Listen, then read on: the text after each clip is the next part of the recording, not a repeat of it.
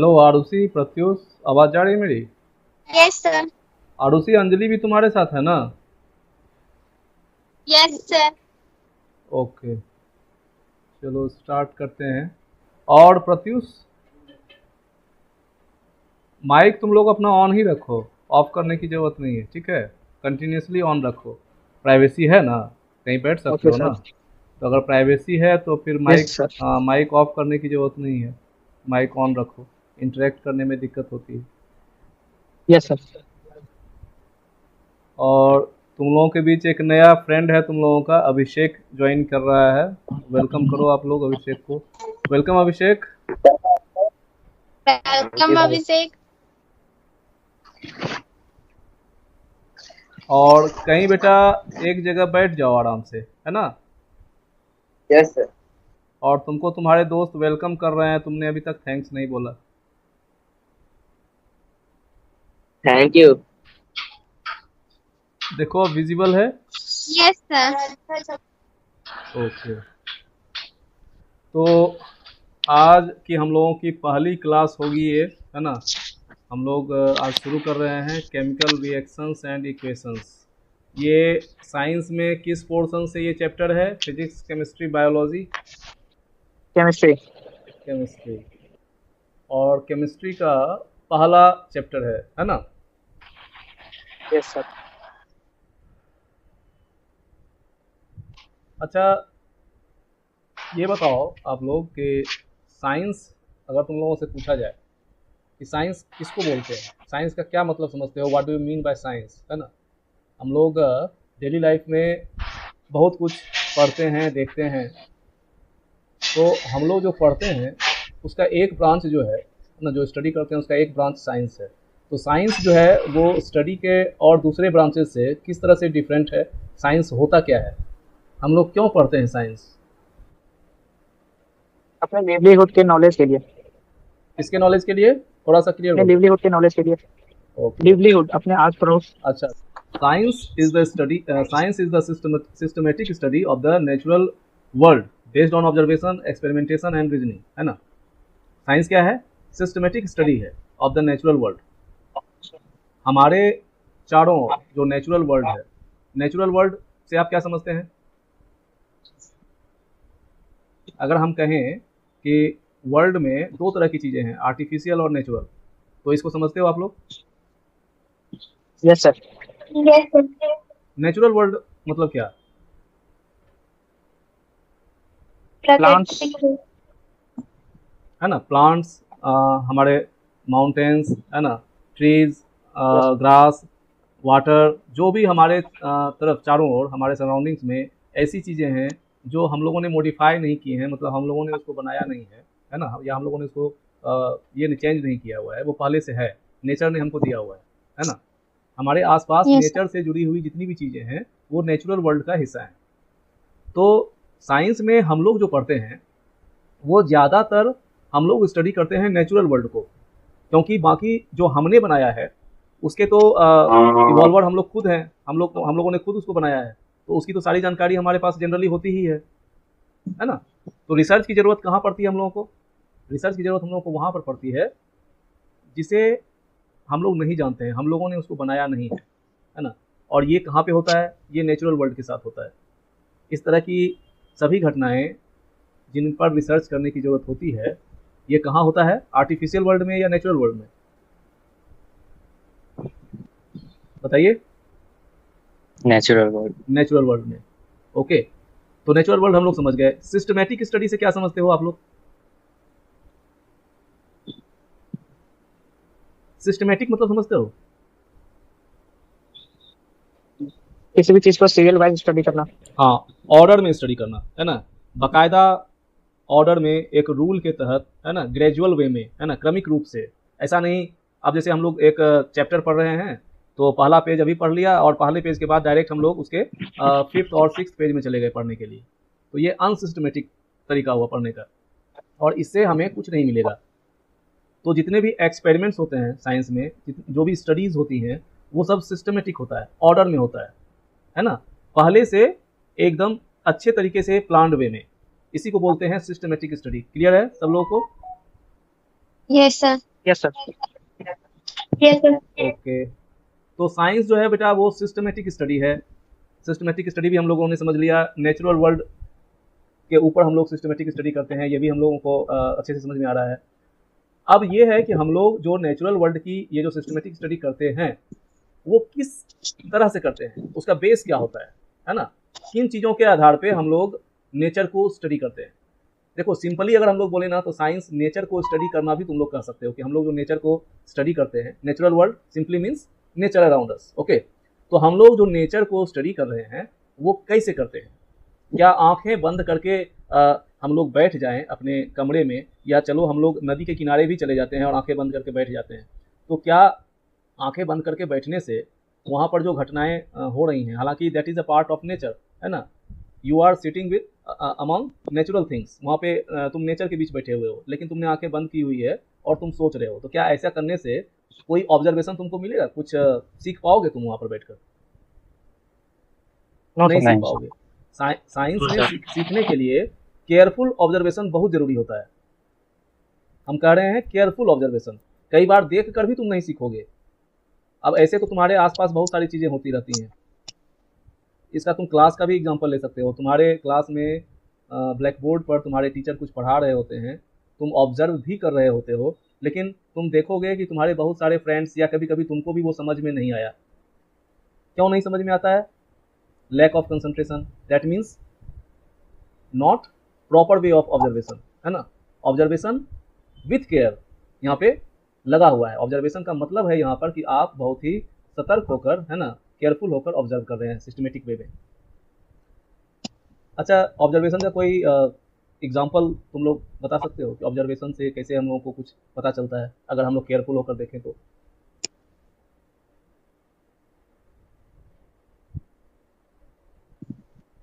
बताओ, ऑब्जर्वेशन कैसे हेल्पफुल हो सकता है साइंस को समझने के लिए? ऑब्जर्वेशन समझ में आता है वो जो चीज हो रही है वो सही है या गलत है। हाँ, सही है या गलत है। हाँ, लेकिन मतलब इससे ज़्यादा इम्पोर्टेंट यहाँ पर यह चीज़ है कि जो चीज़ें हो रही हैं वो किस तरह से हो रही हैं और किस प्रकार से हो रही हैं। क्या जो चीज़ हम लोग देख रहे हैं, जो इवेंट हम लोग अभी देख रहे हैं, क्या ये हमेशा उसी तरह से होता है या कभी वो डिफरेंट तरीके से भी होता है? क्या उसमें कोई पैटर्न है ना? ये चीज़ होता है ऑब्जर्वेशन में। ऑब्जर्वेशन से हमें ये पता चलता है कि जो हम ऑब्जर्व कर रहे हैं, जो हम वॉच कर रहे हैं, क्या उसमें कोई ऑर्डर है, क्या उसमें कोई सिमिलैरिटी है, कोई फिक्स्ड पैटर्न है, या ऐसा ही होता है। जैसे तुमको एक वर्चुअल इवेंट जो कि काफ़ी हमेशा चर्चा में रहता है, न्यूटन के बारे में, लॉ ऑफ ग्रेविटेशन के विषय में कहा जाता है कि वो पार्क में बैठे हुए थे और या तो उनके सिर पर कोई एप्पल गिरा या उनके बगल में कोई एप्पल गिरा। हालांकि इस घटना का मतलब कोई प्रमाण नहीं है ना, ये एक काल्पनिक बात ही है, लेकिन कह सकते हो कि कुछ इसी तरह की घटना उनके साथ हुई होगी। अब जैसे उनके पहले बहुत सारे लोग अपने आसपास बहुत सारी चीज़ें गिरते हुए देखते होंगे, हम लोग भी देखते हैं, है ना। क्या हमारे सामने बहुत सारी चीज़ें गिरती हैं, लेकिन क्या हम लोग ध्यान दे पाते हैं कि ये चीज़, हालांकि अब हम लोग ध्यान नहीं देंगे क्योंकि हम लोग साइंस के स्टूडेंट हैं और हम लोग जानते हैं कि यहाँ पर लॉ ऑफ ग्रेविटेशन काम कर रहा है, लेकिन जिस समय न्यूटन ने इसको खोजा था उस समय ये बात नहीं थी। तो उस समय न्यूटन को इस लॉ तक पहुँचने में, है ना, इस फैक्ट को एक्सप्लोर करने में जिस चीज़ ने हेल्प किया वो क्या था? वो था उनका केयरफुल ऑब्जर्वेशन, है ना, systematic study, that means careful observation. कैसे पता चला होगा अंजलि? कैसे उन्होंने सोचा होगा कि हर चीज़ जो है वो एक दूसरे को अपनी ओर खींचती है? उन्होंने सोचा होगा, उन्होंने पहले कोई एक चीज़ को देखा होगा कि हाँ भाई ये मतलब ऊपर से जब छूटता है तो नीचे गिरता है, दूसरी चीज़ों पे गौर किया होगा, फिर तीसरी चीज़ पे गौर किया होगा उन्होंने। तो बार बार अगर एक ही तरह का इवेंट तुमको मिल रहा है, साइंस में ऐसा बहुत हुआ है, ऐसे बहुत सारे एग्जांपल्स हैं जब कोई रूल फ्रेम होता है और आगे जाकर वह रूल जो है वो टूट जाता है। तुम लोग जानते हो स्ट्रक्चर ऑफ एटम में जब तुम जाओगे केमिस्ट्री में, तो शायद तुम लोगों को याद भी आ रहा होगा, 9th में तुम लोगों ने पढ़ा होगा, रदरफोर्ड मॉडल पढ़ा है? Yes sir. वहाँ तुम लोगों ने पढ़ा होगा कि एटम जो है वो तरबूज या खरबूजे से शुरू होकर कहाँ तक गया, है ना। थॉमसन मॉडल, तरबूज वाला, याद है? तो क्या होता है, थॉमसन ने अपना ऑब्जर्वेशन किया, है ना, रदरफोर्ड ने अपना ऑब्जर्वेशन किया, नील्स बोर ने अपना किया, है ना, सभी लोगों ने अपना अपना ऑब्जर्वेशन किया और अपने ऑब्जर्वेशंस में जो उनको रिजल्ट्स मिले, जो उनको पैटर्न दिखाई पड़ा, उसके हिसाब से उन्होंने उसको फॉर्मुलेट किया, उसके हिसाब से उन्होंने उसको एक रूल के रूप में फ्रेम किया कि नहीं ये ऐसा होता होगा, ऐसा ही होता है। लेकिन साइंस में कहा जाता है कि कोई रूल अगर आज है तो बना ही है आगे जाके टूटने के लिए।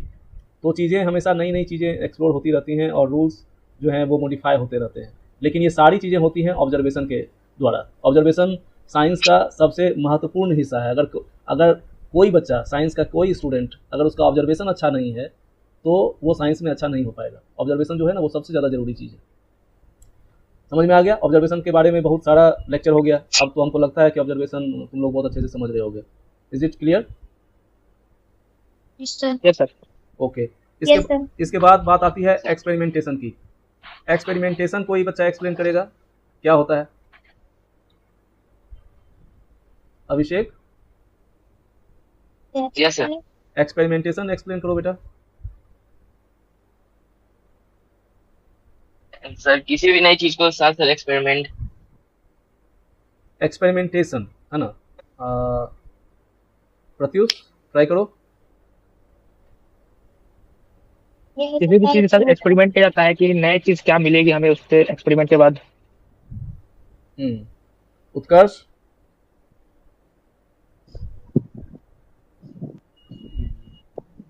अलग अलग चीजों के साथ एक्सपेरिमेंट करके जो एक्सपेरिमेंट्स जो होते हैं, एक्सपेरिमेंट्स इसलिए किए जाते हैं क्योंकि नया चीज बन तुम्हारी जो थ्योरी है ना, तुम्हारी जो थ्योरी है वो मतलब उसको तुम परख सको कि जो हम थ्योरी एक फॉर्मुलेट कर रहे हैं, हम लोग कोई रूल फ्रेम कर रहे हैं कि नहीं अगर नेचर में ये जो हो रहा है वो इस तरह से होता होगा, ये होता होगा तो खैर साइंस में होता ही नहीं है, उस तरह से बात करनी ही नहीं चाहिए, मतलब ये ऐसा होता है, इसका ये रीज़न है। तो जब भी ऐसा कुछ होता है तो उसके लिए पहले साइंटिस्ट बहुत सारे एक्सपेरिमेंट्स करते हैं। जैसे जी का वैल्यू, जी क्या है बताओ? स्मॉल जी, फिजिक्स में क्या किसको बोलते हैं small G? Gravity, gravitational acceleration due to gravity या ग्रेविटेशनल एक्सेलरेशन, है ना, एक्सेलरेशन ड्यू टू ग्रेविटी। इसका वैल्यू आप लोगों ने पढ़ा होगा, किसी को पता है? 9 पॉइंट अर्थ के सरफेस 9.8। हाँ, अप्रॉक्स 9.8 मीटर पर सेकेंड स्क्वायर इसका वैल्यू होता है। 9.8 meter square. हाँ, मीटर पर सेकेंड स्क्वायर, 9.8 मीटर पर सेकेंड स्क्वायर। तो तुमको क्या लगता है ये जो 9.8 मीटर पर सेकेंड स्क्वायर जो इसका वैल्यू है बस ऐसे ही हो गया होगा फिक्स? नहीं, इसकी वैल्यू फिक्स करने के लिए बहुत सारे एक्सपेरिमेंट्स किए गए, है ना, और एक्सपेरिमेंटली वेरीफाई किया गया कि अलग अलग चीज़ों का एक्सेलरेशन क्या होता है। जैसे तुमने पढ़ा होगा ग्रेविटेशन में कि अगर कोई मतलब ऑब्जेक्ट तुम्हारे हाथ से नहीं सॉरी, अगर एक सेम हाइट से तुम 1 किलो का बाट गिराओ ऊपर से, है ना, बटखड़ा, और इसका मुर्गे का पंख या कबूतर का पंख, है ना, फेदर किसी भी चीज़ का, तो एक पंख गिराओ और साथ में लोहे का 1 केजी छोड़ो, तुम 10 केजी का ही बात करो, है ना, तो अगर वहाँ से गिराओ तो क्या होगा? क्या दोनों जो हैं अर्थ पर एक ही टाइम में पहुँचेंगे या अलग अलग समय पे पहुँचेंगे? अलग अलग अलग। कंफर्म हो? Yes Yes. Sir. Yes sir. और हम कहें कि नहीं दोनों साथ पहुँचेंगे? ग्रेविटी नहीं होगा तब। एक्चुअली दोनों को साथ ही पहुँचना था और हाँ। साथ ही पहुँचते, किसके कारण साथ Air नहीं नहीं। पहुँचे? एयर एयर के कारण। एक्चुअली जो पंख था हमारा, जो फेदर था, उसका एक्सेलरेशन जो है वो जी के बराबर नहीं हो पाया क्योंकि उस पर एयर ने काफ़ी सारा फोर्स एग्जर्ट किया, है ना, और जो नेट फोर्स जो उस पर लगा उसके कारण उसका जो एक्सेलरेशन ड्यू टू ग्रेविटी, उसका जो नेट एक्सेलरेशन डाउनवर्ड जो एक्सेलरेशन था वो कम हो गया। और जबकि ये जो हैवी था इसने हवा को कोई तवज्जो, मतलब हवा उसके साथ कुछ नहीं कर पाई, तो उसका जो एक्सेलरेशन था वो लगभग जी के बराबर था, इसलिए वो जी के साथ गिरा, जबकि बाकी जो है वो जी का वैल्यू उसके लिए कम हो गया, घट गया एक्सेलरेशन का वैल्यू। लेकिन अगर वो वैक्यूम रहा होता तो दोनों ही जो है वो साथ साथ ग्राउंड से टकराते। क्या ये बात सही है ना? तुम लोगों ने सही पढ़ा है। होगा ये। Yes sir. हाँ, दोनों साथ साथ टकराते। तो इस तरह से लॉट्स ऑफ एक्सपेरिमेंट्स होते हैं। जब भी कोई थ्योरी फ्रेम की जाती है साइंस में, तो वहाँ एक्सपेरिमेंट्स किए जाते हैं, बार बार उसको अलग अलग चीज़ों के साथ दोहराया जाता है ना। आगे चल के तुम पढ़ोगे, जब लैब में एक्सपेरिमेंट करोगे, जैसे मैं जी की बात कर रहा था, तो 9.8 तुम दिखाओगे लैब में निकाल कर, तुम्हारे पास तुमको एक पेंडुलम दिया जाएगा, है ना, तुम्हारे पास स्टॉप वॉच होगा, और तुम्हारे पास ऑब्जर्वेशन के लिए भी डिवाइसेस होंगे, माइन्यूटली ऑब्जर्व करने के लिए, और इन सारे डिवाइसेस को यूज़ करके तुम एवरेज टाइम निकालोगे, है ना, कि ऑसिलेशन का, एक ऑसिलेशन का टाइम क्या है, फिर उसका फॉर्मूला है, वहाँ से तुम एक्सपेरिमेंटली जी निकालते हो, और ऐसा ऑब्जर्वेशन तुम 10, 20, 25 ऑब्जर्वेशन लेते हो, और उसके बाद उसका एवरेज निकालते हो, तब तुम लिखते हो कि ये वैल्यू है। तो इससे तुम देखते हो कि लगभग वो जो है ना वो 9.8 के अप्रॉक्स निकलता है। तो इसी तरह से बहुत सारे एक्सपेरिमेंट्स होते हैं जो कि हमारी थ्योरी को वेरीफाई करते हैं कि नहीं, हम लोग जो थ्योरी दे रहे हैं वो सही है। This is what, this is experimentation. Got it? सबको क्लियर है एक्सपेरिमेंटेशन? तो एक्सपेरिमेंटेशन जो है बेटा, यस सर। ये भी काफ़ी इंपॉर्टेंट है ना। एक्सपेरिमेंटेशन भी काफ़ी इंपॉर्टेंट है। साइंस शुरू होता है ऑब्जर्वेशन से, है ना, और शुरू होकर ये एक्सपेरिमेंटेशन की गाड़ी पकड़ता है ना, और इसके जो पहिए होते हैं बेटा वो है रीजनिंग। रीजनिंग बहुत ज़रूरी है। रीजनिंग का क्या मतलब है यहाँ पर? रीजनिंग का मतलब है हमारे ऑब्जर्वेशन से, एक्सपेरिमेंट से हम लोग निष्कर्ष निकाल सकें, है ना। मतलब जो चीज़ें हो रही हैं उसके कारण क्या हैं, है ना, उसके फैक्टर्स क्या हैं, इस पर हम लोग सोच सकें, ये रीजनिंग है ना। समझ में आ रहा यस है? सर। तो ये तीन चीज़ें हैं जो साइंस के लिए बहुत इंपॉर्टेंट हैं, ऑब्जर्वेशन, एक्सपेरिमेंटेशन और रीजनिंग। और इन तीनों के सहारे, है ना, ये जो तीनों मिलकर एक हमारी ट्रेन बनती है, इसी ट्रेन से हम लोग जर्नी करते हैं साइंस की, है ना। और इसके सहारे हम लोग एक सिस्टमेटिक स्टडी करते हैं, ऑर्डर्ड स्टडी करते हैं नेचर का, एंड दैट इज साइंस। अब साइंस में हम लोग इतना सारा परिश्रम क्यों करते हैं, इतना सारा एफर्ट क्यों करते हैं, क्या फ़ायदा है साइंस पढ़ने से?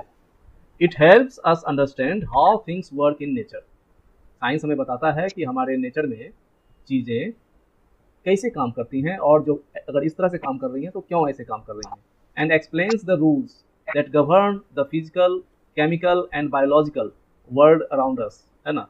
साइंस हमें बताता है कि नेचर में चीज़ें कैसे काम करती हैं, और हमें बताने के साथ समझाता है, वे रूल्स हमारे सामने एक्सप्लोर करता है, क्लियर करता है, जो रूल रिस्पॉन्सिबल होता है हमारे चारों तरफ, फिजिकल, है ना, केमिकल और बायोलॉजिकल जो हमारा वर्ल्ड है उसको, यही रूल्स जो होते हैं वो गवर्न करते हैं। सारी चीज़ें जो हैं वो इन्हीं रूल्स के जरिए होती हैं। अब जैसे एक सिंपल सा रूल, एक एग्जांपल है इसका, law of gravitation. Law of gravitation, अच्छा बताओ तो जरा, लॉ ऑफ ग्रेविटेशन का क्या क्या इंपॉर्टेंस है प्रत्युष?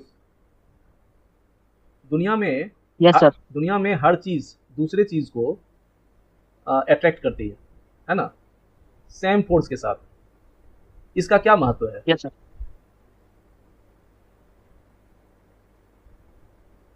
अगर ये नहीं होता तो? सारी बॉडी रेस्ट में रहती है। सारी बॉडी रेस्ट में रहती, अगर अट्रैक्ट नहीं करता तो? क्या ऐसा होना जरूरी है? क्या फोर्सेस हमेशा अट्रैक्टिव होते हैं या रिपल्सिव भी होते हैं? रिपल्सिव भी होता है ना, थ्रस्ट भी होता है। तो इसलिए ऐसा नहीं है कि सभी कुछ रेस्ट में होता, कुछ ऐसा होता जो आज डेली हम लोग फेस करते हैं वो नहीं होता। क्या बिगड़ जाता अगर ये रूल नहीं होता तो? उत्कर्ष?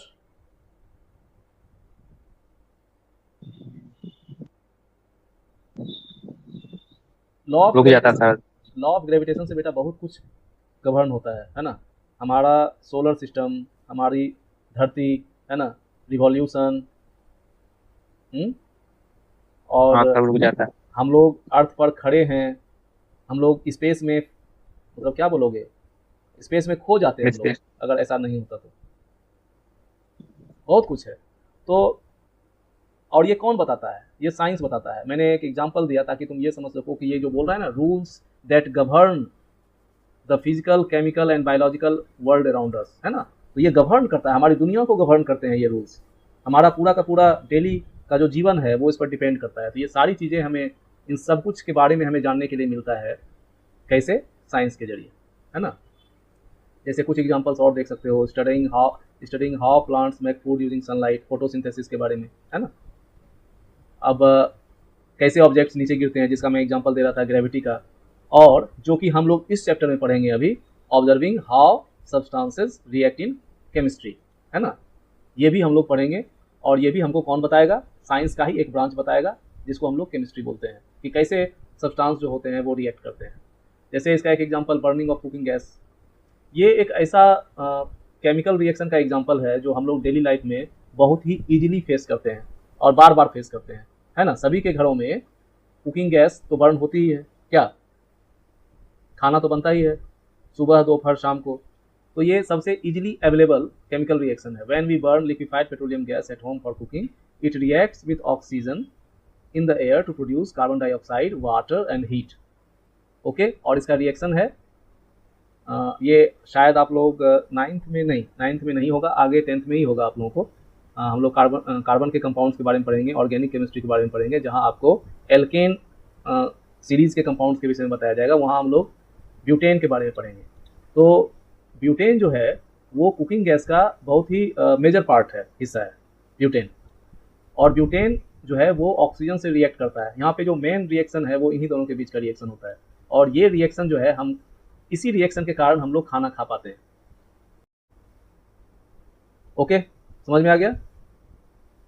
Yes sir. अगले टॉपिक पे चलते हैं। अब हम लोग देखते हैं, साइंस के बारे में हम लोगों ने बहुत कुछ जाना समझा। अब हम लोग देखते हैं कि केमिस्ट्री क्या है।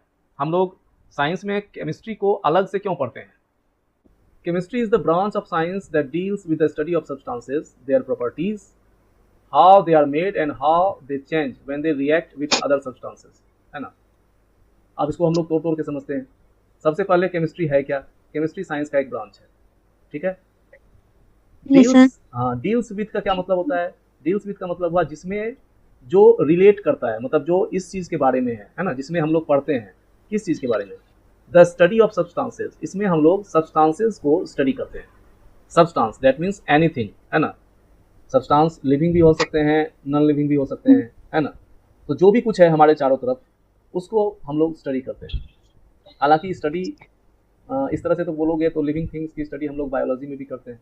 यहाँ पे सब्सटेंस से ज़्यादा मतलब समझो कि तुम्हारे पास नॉन लिविंग थिंग्स की बात हो रही है ना, जो तुम्हारे चारों ओर जो मैटर है उसके बारे में बात हो रही है। तो सब्सटेंस की स्टडी करते हैं हम लोग। देयर प्रॉपर्टीज़, उनकी प्रॉपर्टीज़ को स्टडी करते हैं कि उनके क्या क्या गुण हैं। हाउ दे आर मेड, अब प्रॉपर्टीज़ का मतलब हुआ कि वो कौन कौन सी क्वालिटी दिखाते हैं, कैसे रिएक्ट करते हैं, क्या उनका नेचर है, किस तरह से बिहेव करते हैं। ये जानने के बाद यहाँ पर एक पॉइंट और है कि हाउ दे आर मेड, मतलब हम लोग सब्सटेंस के भीतर भी जाते हैं, सिर्फ बाहर बाहर देख के नहीं रह जाते हैं।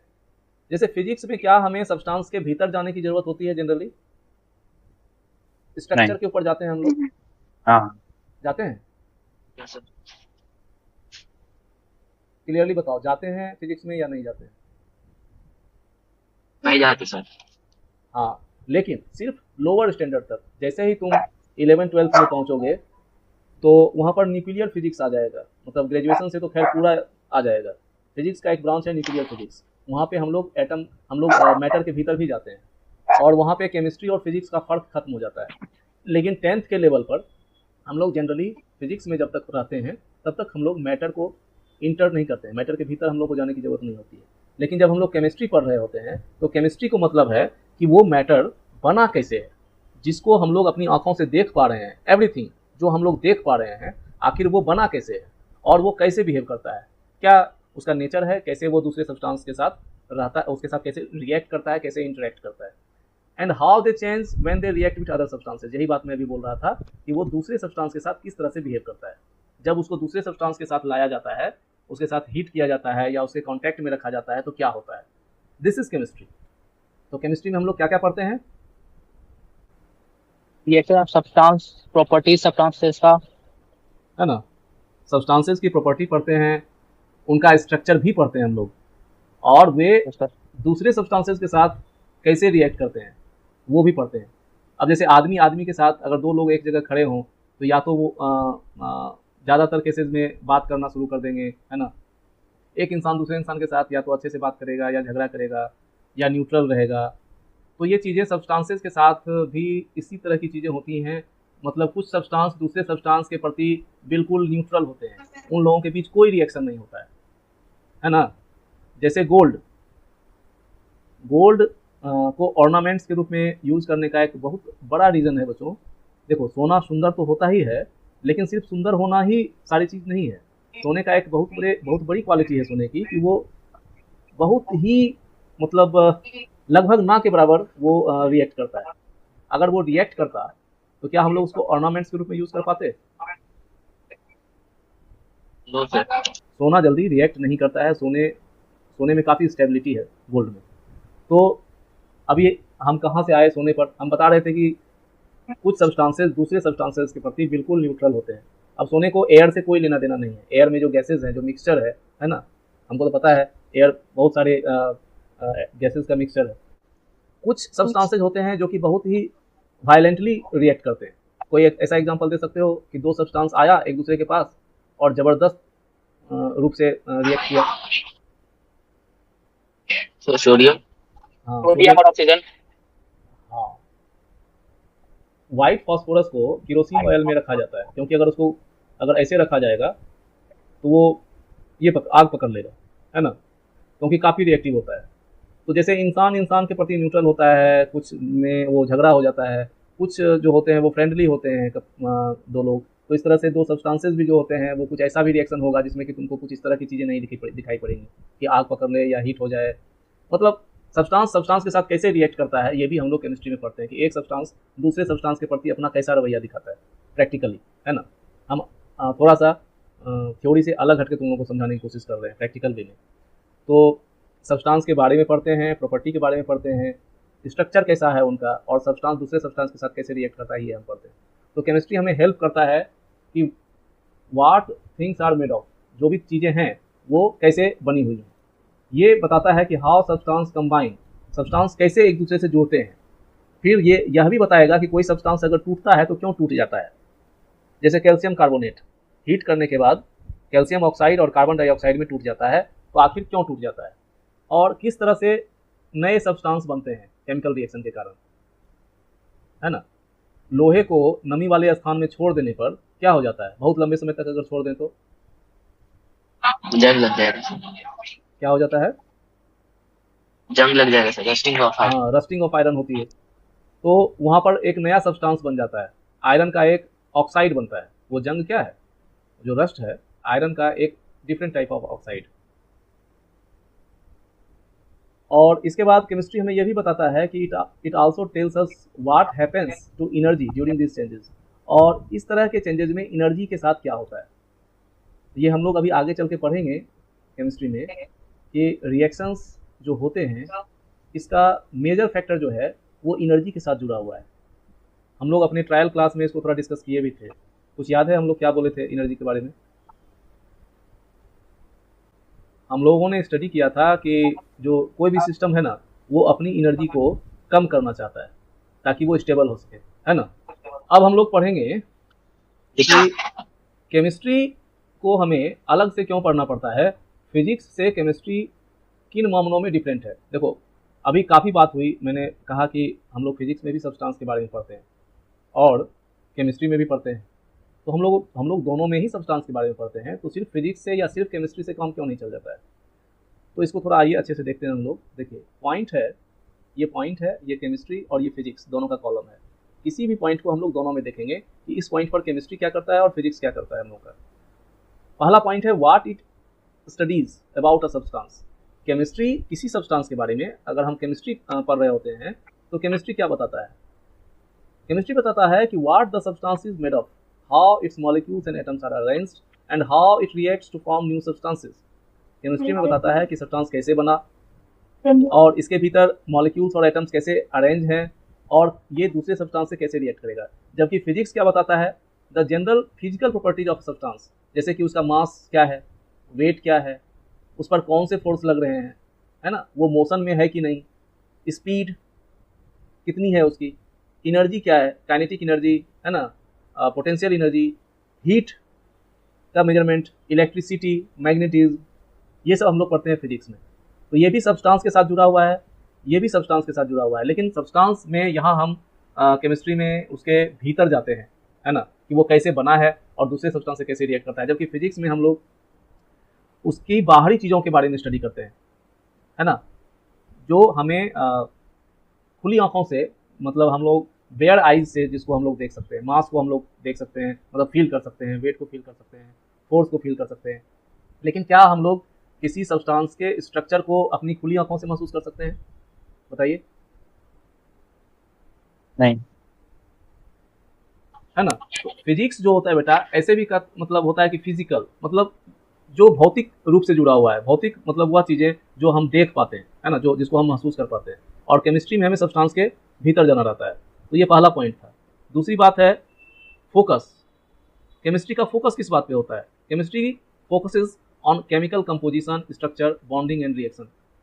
केमिस्ट्री को मतलब है कंपोजिशन से, कैसे बना है कुछ, उसका स्ट्रक्चर कैसा है, बॉन्डिंग कैसी है, रिएक्शंस कैसे होते हैं उसके, और फिजिक्स को का फोकस होता है उसके फिजिकल बिहेवियर पे और changes in position, energy and forces पे। क्लियर है सभी लोगों को? Yes sir, yes sir. तीसरा पॉइंट है एग्जाम्पल। एग्जाम्पल तो बहुत आसान चीज़ है, केमिस्ट्री में रिएक्शन का एग्जाम्पल दिया जाएगा, जैसे iron reacts with oxygen in water to form rust. Chemistry explain करता है how the atoms rearrange and what new compound is formed, जबकि फिजिक्स एक्सप्लेन करेगा कि वही आयरन, देखो एक ही सब्सटेंस के बारे में बात हो रही है, आयरन के बारे में, केमिस्ट्री बता रहा है कि वो ऑक्सीजन और वाटर से कैसे रिएक्ट करके रस्ट बनाया, जबकि फिजिक्स बताता है कि उस आयरन के जो ऑब्जेक्ट का, वो जो ऑब्जेक्ट था आयरन का, उसका वेट क्या था, वो कितनी तेजी से गिरता है ना, और उसके भीतर हीट कैसे फ्लो करता है। देख रहे हो, एक ही सब्सटेंस को लेकर एग्जांपल दिया जा रहा है ना। क्लियर है? Yes sir. अब चेंजेज स्टडी। केमिस्ट्री में हम लोग कैसे चेंजेस को स्टडी करते हैं? केमिस्ट्री में हम लोग केमिकल चेंजेस को स्टडी करते हैं, where new substances are formed. हम लोग जब भी केमिस्ट्री में स्टडी कर रहे होते हैं तो कुछ नए सब्सटेंसेज बन रहे होते हैं, चाहे वो बर्निंग का केस हो, रस्टिंग का केस हो, डिजॉल्व हो जाने का केस हो, या न्यूट्रलाइज हो जाने का केस हो। बर्निंग और रस्टिंग को तुम लोग समझ रहे हो, डिजॉल्विंग का भी मतलब समझ रहे होगे, न्यूट्रलाइजिंग का मतलब अभी शायद समझ में नहीं आ रहा होगा, ये आगे चलकर समझ में आएगा। एसिड और बेस एक दूसरे को न्यूट्रलाइज करते हैं, याद आया? हाँ। अब फिजिक्स में हम लोग फिजिकल चेंजेस पढ़ते हैं, where no new substance is formed. ये बहुत बड़ा डिफरेंस है बेटा, फिजिक्स में कोई नया सब्सटेंस नहीं बनता है, हम लोग यहाँ पर मेल्टिंग, बॉइलिंग, ब्रेकिंग, मूविंग, देखो मेल्ट करता है उसका फॉर्म थोड़ा चेंज हो जाता है, बॉयल करता है उसका फिजिकल फॉर्म चेंज हो जाता है, पानी जो है वो वेपर बन जाता है ना, लोहा पिघल कर मेल्ट हो जाता है, कुछ टूट जाता है, आइस टूट जाता है ना, चीज़ें टूट जाती हैं, कुछ चीज़ें मूव करना शुरू कर देती हैं, लेकिन बनता नया कुछ नहीं है। केमिस्ट्री में जनरली हम लोग नए सब्सटेंसेस को फेस करते हैं। कहीं अगर कोई रिएक्शन हम लोग देख रहे हैं, chemistry is all about chemical reaction, and where there is a chemical reaction there is always a new substance present, है ना। क्लियर है? तो ये था, हाँ ये था कि केमिस्ट्री फिजिक्स के साथ कैसे डिफरेंट है। अगर किसी सब्सटेंस के बारे में हम बात करें, हम, है ना, सब्सटेंस के ऊपर हम लोग चर्चा कर रहे हैं कि अगर किसी सब्सटेंस के बारे में बात करें तो उस सब्सटेंस से फिजिक्स कैसे कनेक्टेड है और केमिस्ट्री कैसे कनेक्टेड है।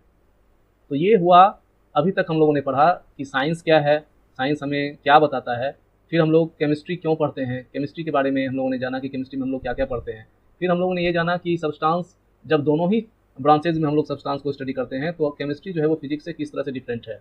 और अब बारी आती है जब हम लोग रियली अपने चैप्टर में इंटर करेंगे, है ना, और वो टॉपिक है what is a chemical.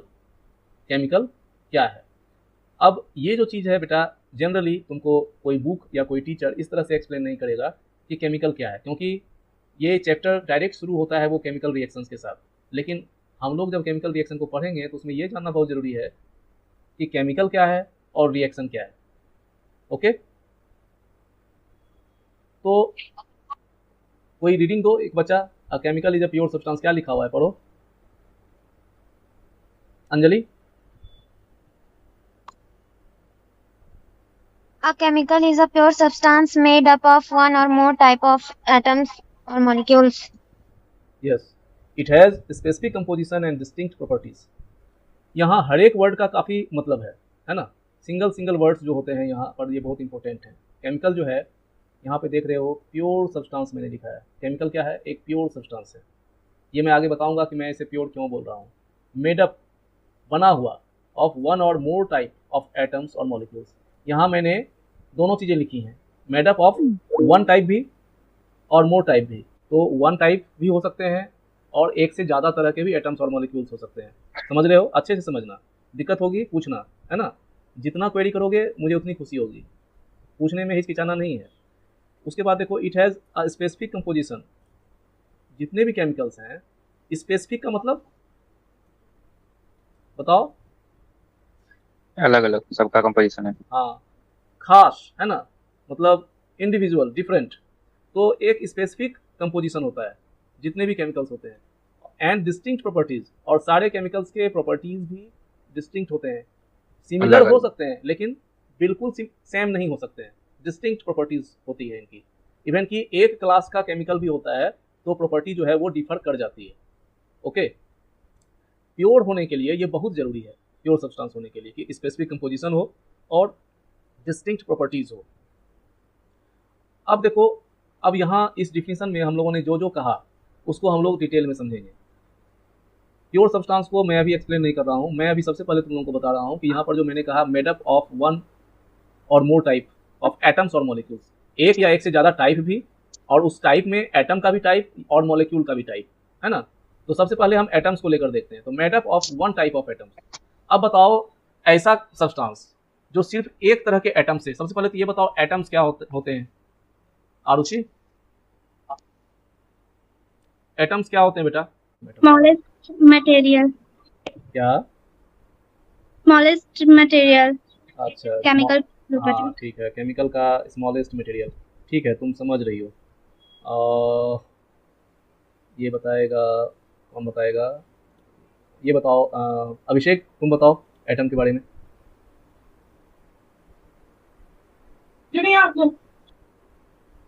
Abhishek, Yes, sir. Atom के Yes, बारे में sir. बताओ बेटा।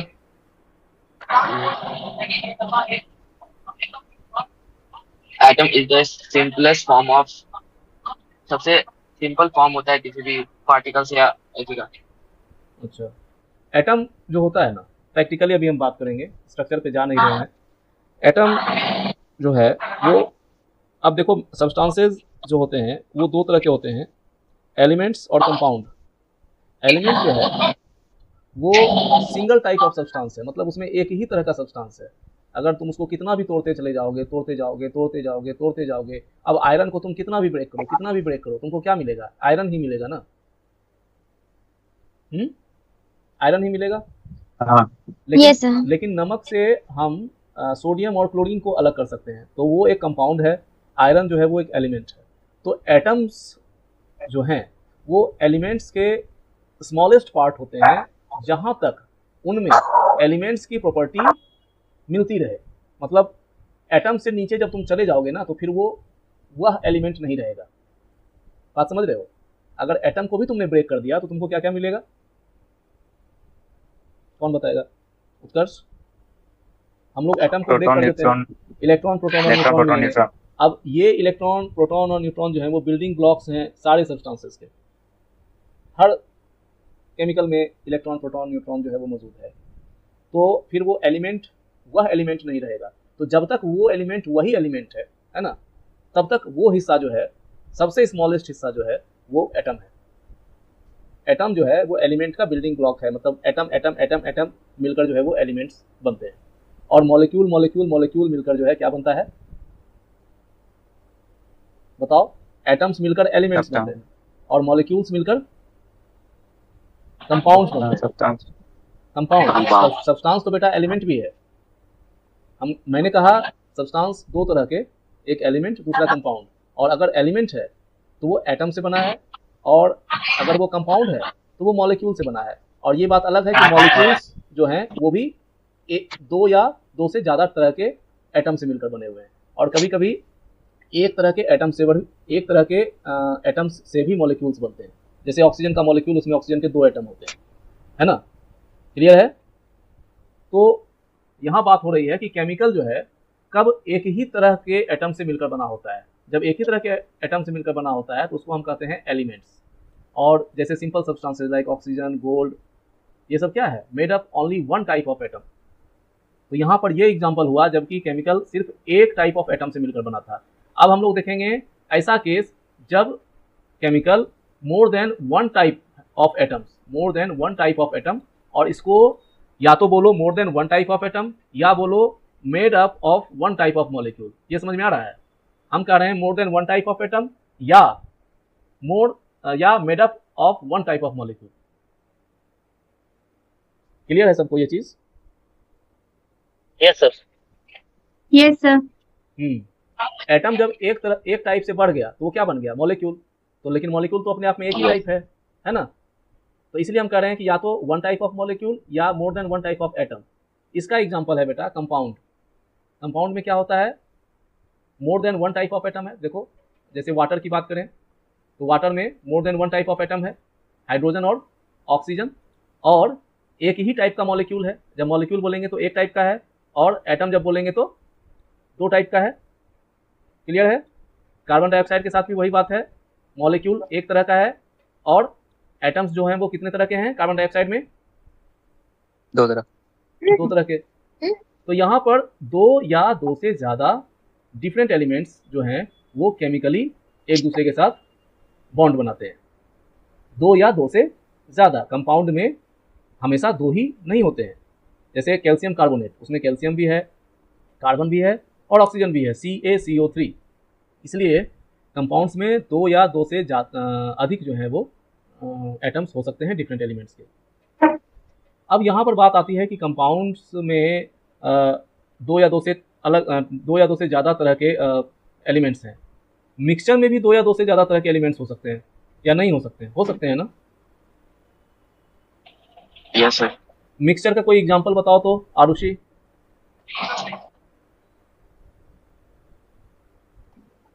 मिक्सचर का एग्जांपल? एक तो खाने वाला भी मिक्सचर होता है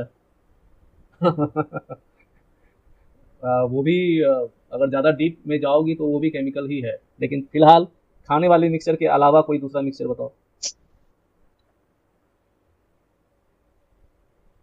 सॉल्ट एंड वाटर। सॉल्ट है, शुगर है ना, मिल्क है। तो सॉल्ट और शुगर जो है ये सब मिक्सचर है कि कंपाउंड्स हैं? कंपाउंड्स हैं। तुमने मिल्क के बारे में कहा, वो तुमने ठीक कहा। हालांकि उस पर डेप्थ में जाओगी तो बहुत कुछ आएगा, कोलाइड, मतलब वो अभी नहीं चलते हैं उस पर, लेकिन चलो मिक्सचर का कह सकती हो। लेकिन दो बहुत कॉमन एग्जांपल है। एक एग्जांपल तो बहुत कॉमन है, तुम शुगर सॉल्यूशन बोल सकती थी, चीनी का शरबत, है ना। Yes sir. और सर वाटर और ये जो आटे का वो भी मिक्सचर है ना। सर एयर भी सबसे कॉमन एग्जांपल एयर है। सही बात है, तुम्हारे चारों ओर बहुत तरह का मिक्सचर है। जिस तरह से कंपाउंड्स हमारे चारों तरफ हैं वैसे ही मिक्सचर्स हमारे चारों तरफ हैं, बहुत so many kinds of mixtures. लेकिन क्या हम लोग मिक्सचर को केमिकल बोल सकते हैं? मिक्सचर नहीं। कोई मिक्सचर है जैसे शुगर सॉल्यूशन है ना, या तुम पीने वाला जो सिरप पीती हो दवाई, वो भी एक मिक्सचर है। तो क्या ये केमिकल है? बिल्कुल नहीं। बिल्कुल नहीं। क्यों केमिकल नहीं है?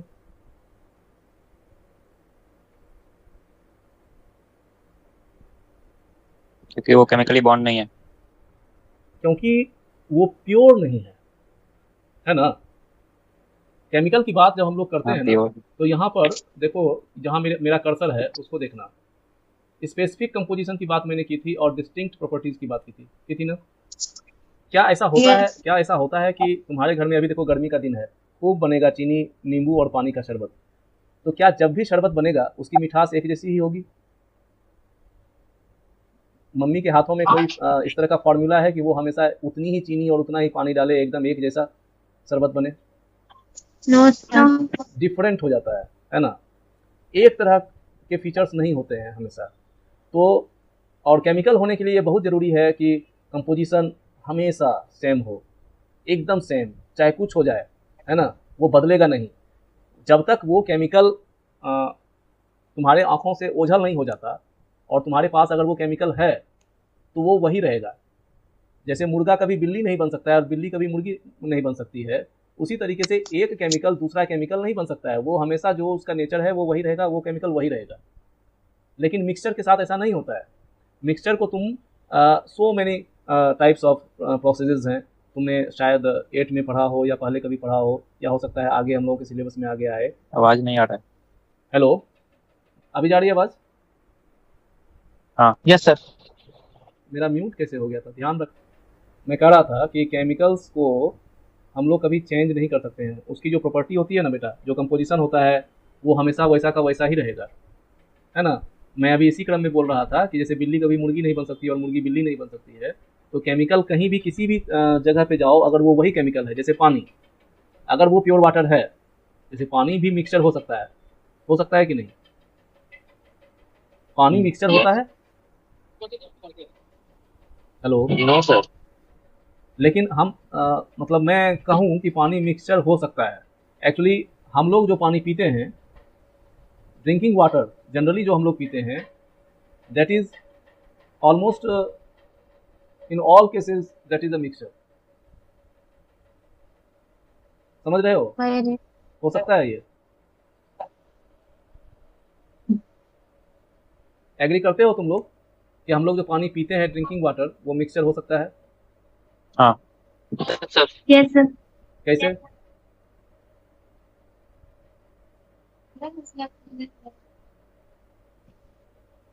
बताओ। क्योंकि पानी प्योर नहीं होता है ना, उसमें मिनरल्स होते हैं। और अगर हम लोग टैप वाटर पी रहे हैं तो उसमें डर्ट भी हो सकता है, कुछ गंदगी भी हो सकती है, इम्प्योरिटीज़ हो सकती है। हम लोग इवन कि आरओ का भी पानी पीते हैं तो हम लोग उसका टीडीएस बहुत कम नहीं रखते हैं, मतलब उसमें मिनरल्स को हम लोग अलाउ करते हैं कि मिनरल्स भी इसमें रहें, है ना। कहा जाता है कि टीडीएस जो है वो 100 के नीचे नहीं करना चाहिए पानी का। और अगर हम लोग नीचे कर भी देते हैं तो देखोगे कि वो बहुत मीठा होता चला जाता है पानी। जितना टीडीएस कम करोगे, पानी मीठा होता चला जाएगा, मिनरल्स की मात्रा कम होती चली जाती है। लेकिन कहा जाता है कि उतना बहुत कम करके नहीं पीना चाहिए, वो हमारे शरीर के लिए हानिकारक है। तो इस पर हम लोग बाद में जाएंगे। लेकिन इससे ये समझ में आता है कि जो हम लोग ड्रिंकिंग वाटर जो हम लोग पी रहे हैं, इंटेक कर रहे हैं, वो जो है वो प्योर वाटर नहीं है, वो मिक्सचर है। ठीक है। तो और ये बदल जाता है, जैसे देखते हो कि अलग अलग घरों का पानी, अलग अलग लोग आरओ यूज़ करते हैं, कोई कम टीडीएस रखता है, कोई उससे ज़्यादा टीडीएस रखता है, तो तुमको उसकी मिठास में परिवर्तन मिल जाता है। तुम लोग देखते होगे, किसी फ्रेंड के घर गए हो, किसी रिलेटिव के घर गए हो, वहाँ पानी का टेस्ट कुछ और था, यहाँ पानी का टेस्ट कुछ और है। केमिकल कभी अपना टेस्ट चेंज नहीं करेगा, ये बात याद रखना। तो वहाँ जो उस समय पानी तुम पी रहे हो, वो एक प्योर, मतलब आइडियली केमिकल के फॉर्म में वो नहीं है उस समय, वो एक मिक्सचर के फॉर्म में है। और मिक्सचर को हम लोग केमिकल नहीं बोल सकते हैं। ये बड़ा आश्चर्य की बात है कि जैसे हम लोग जनरली दवाइयों को, मेडिसिन को केमिकल बोलते हैं ना, कि केमिकल ले रहे हैं हम लोग।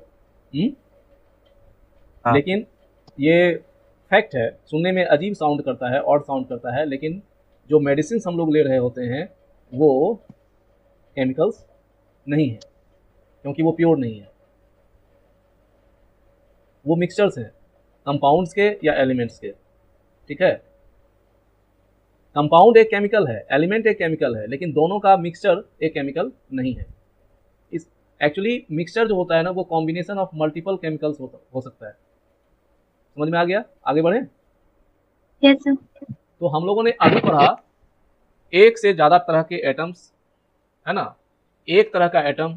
और अब हम लोग पढ़ेंगे made up of more than one type of molecule, है ना। एक से ज़्यादा टाइप ऑफ एटम का मतलब हम लोग समझते थे एक टाइप का मॉलिक्यूल। हम लोग देखेंगे कि जो केमिकल हैं वो एक से ज़्यादा तरह के मॉलिक्यूल से मिलकर भी बना हुआ हो सकता है। जैसे सब्सटेंसेज लाइक हाइड्रेटेड सॉल्ट, है ना। हाइड्रेटेड सॉल्ट मतलब सॉल्ट के साथ अगर वाटर लगा हुआ हो। केमिस्ट्री में जब तुम हाइड्रेटेड देखो तो हमेशा समझो कि वहाँ वाटर है, ठीक है। या डबल सॉल्ट मतलब एक साथ दो सॉल्ट्स हों उसमें। तो जब भी हाइड्रेटेड सॉल्ट या डबल सॉल्ट फॉर्म होते हैं तो वहाँ क्या होता है, 2 और more than 2 different molecules chemically bond together. 2 या 2 से ज़्यादा डिफरेंट मॉलिक्यूल्स एक दूसरे से जुड़ते हैं। अब हाइड्रेटेड सॉल्ट्स का कुछ एग्जांपल तुम लोगों को मैं दे रहा हूँ, जैसे copper sulphate pentahydrate, copper sulphate pentahydrate, इसको हम लोग ब्लू विट्रियोल भी बोलते हैं। ये आगे चल के हम लोग पढ़ेंगे अभी इसको, है ना। आयरन का जो सल्फेट होता है उसको ग्रीन विट्रियोल बोलते हैं, कॉपर का जो सल्फेट होता है उसको ब्लू विट्रियोल बोलते हैं। ये उसका फॉर्मूला है। अगर सिर्फ CuSO4 बोलोगे तो ये कॉपर सल्फेट है, और जब इसके साथ 5H2O इसके एक मॉलिक्यूल के साथ वाटर का 5 मॉलिक्यूल लगा हुआ रहेगा, तब हम लोग इसको बोलते हैं कॉपर 2 सल्फेट पेंटाहाइड्रेट या ब्लू विट्रियोल।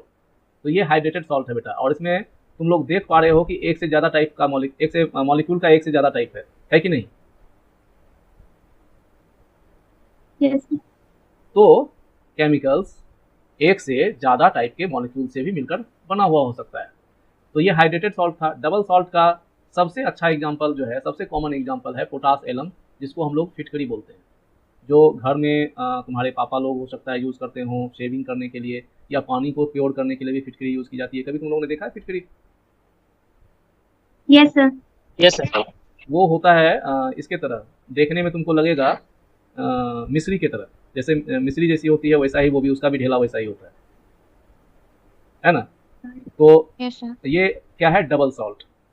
फिटकरी जो है वो डबल सॉल्ट है। इसमें तुम देखती हो कि इसमें पोटेशियम का भी सल्फेट है और एल्युमिनियम का भी सल्फेट है, साथ साथ इसमें वाटर मॉलिक्यूल भी है। मतलब ये हाइड्रेटेड सॉल्ट भी है और साथ ही साथ ये डबल सॉल्ट भी है, मतलब पोटेशियम का भी सल्फेट है, एल्युमिनियम का भी सल्फेट है। ये डबल सॉल्ट का एग्जांपल है। ऊपर जो मैंने बताया वो हाइड्रेटेड सॉल्ट का एग्जांपल था, और ये दोनों एग्जांपल्स ऐसे एग्जांपल्स हैं जहां पर 2 टाइप ऑफ मॉलिक्यूल्स मौजूद हैं या 2 से ज़्यादा टाइप ऑफ मॉलिक्यूल्स मौजूद हैं, ठीक है? और ये बड़ा तुम थोड़ा यहाँ पर क्वेश्चन कर सकते हो कि सर आप बोल रहे थे कि एक से ज़्यादा तरह के मॉलिक्यूल्स अगर मिले हुए हों तो वो मिक्सचर होता है ना? ये डाउट तुम लोगों के दिमाग में आना चाहिए। अगर तुम लोग पूछते तो मुझे अच्छा लगता, लेकिन चलो कोई बात नहीं। मिक्सचर और यहाँ क्या फ़र्क हो जा रहा है?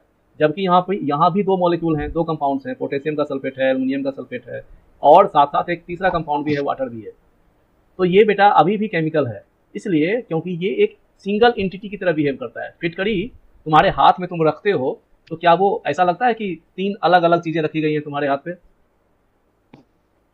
या फिटकरी को अगर इस तरफ से ऑब्जर्व करो तो अलग दिखे, इस तरफ से देखो तो अलग दिखे, या अलग अलग दुकानों से फिटकरी लाओ तो अलग अलग होता हो, ऐसा होता है क्या? लेकिन मिक्सचर्स के साथ ऐसा होता है। वहाँ भी एक या एक से ज़्यादा तरह का मॉलिक्यूल होता है, लेकिन वहाँ डिफरेंस हो जाता है। और डबल सॉल्ट्स या हाइड्रेटेड सॉल्ट्स में एक से ज़्यादा मॉलिक्यूल्स हैं, फिर भी ये एक सिंगल कंपाउंड की तरह बिहेव करता है, इसलिए ये जो है वो केमिकल है, मिक्सचर नहीं है। तो मिक्सचर ऑफ, अब यही मैंने नीचे बताया है कि मिक्सचर ऑफ 2 और मोर मॉलिक्यूल्स, जैसे कि शुगर या salt solution, we can't call them as chemicals as those do not behave as single substances because those are not found by chemical bond between them. अब ये जो जितने भी हैं वो केमिकल बॉन्ड से नहीं बनते हैं, उनकी प्रॉपर्टीज चेंज हो जाती है, डिस्टिंक्ट नहीं रहती है, इसलिए मिक्सचर जो होता है ना वो केमिकल नहीं है, वो क्या है? सिर्फ कॉम्बिनेशन ऑफ मल्टीपल केमिकल। समझ में आया अच्छे से? Yes, Yes, sir. sir. चलो, तो Yes, sir. हम लोग कल पढ़ेंगे why are we calling chemicals as pure substances. यहाँ मैंने सब बताया कि एक टाइप का, एक से ज़्यादा टाइप का एटम या मॉलिक्यूल से कैसे केमिकल जो है वो बनता है, मिक्सचर कब बनता है और कब वो केमिकल होता है, कैसे एक दूसरे से डिफरेंट है। बहुत कुछ आज हम लोगों ने पढ़ा। हम लोग कल आगे चलेंगे कि हम लोग केमिकल्स को प्योर सब्सटेंस क्यों बोल रहे हैं, और आगे कल हो सकता है कि हम लोग जो है इंट्रो जो है इस चैप्टर का, ये जो अभी तुम लोगों को बताया जा रहा है, हम लोग अभी चैप्टर के अंदर नहीं घुसे हैं, लेकिन इतना पढ़ने के बाद तुमको ये चैप्टर पढ़ने में मज़ा आएगा, और ये बहुत ज़रूरी होता है।